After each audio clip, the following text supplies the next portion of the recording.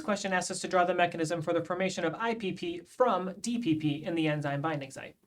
If we look at the enzyme binding site, it will be around the DPP molecule. We don't really know what it's going to look like, so we'll just approximate what it looks like. It's not really all that important. But we'll have a B minus generic base on one side and a BH generic acid on the other side. What will happen then is on carbon number 1, we have a hydrogen, so we can draw in that hydrogen. That hydrogen will be taken by the base. That will break the CH bond, and those electrons will form a new alkene between carbon 1 and carbon 2. That will break the alkene bond, and that alkene will use those electrons to form a bond with hydrogen and break the BH bond. That will form an alkene between carbon 1 and 2 and break the alkene between 2 and 3 and add a new carbon 3 hydrogen bond, which will get us back to IPP.